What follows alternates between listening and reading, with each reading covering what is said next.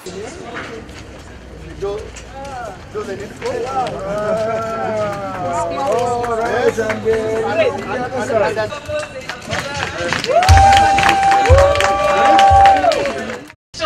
surprising that as a government, I think we have not used much the capacity of the NSSF.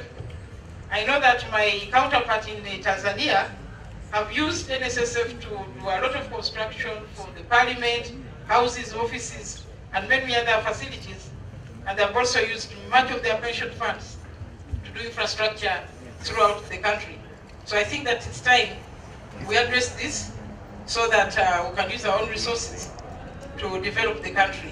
The first time we are putting anything outside of Kampala, and it shows you the reason we are doing this and why we've chosen to do this is because we think Jinja should and must take its rightful place as the next city after Kampala.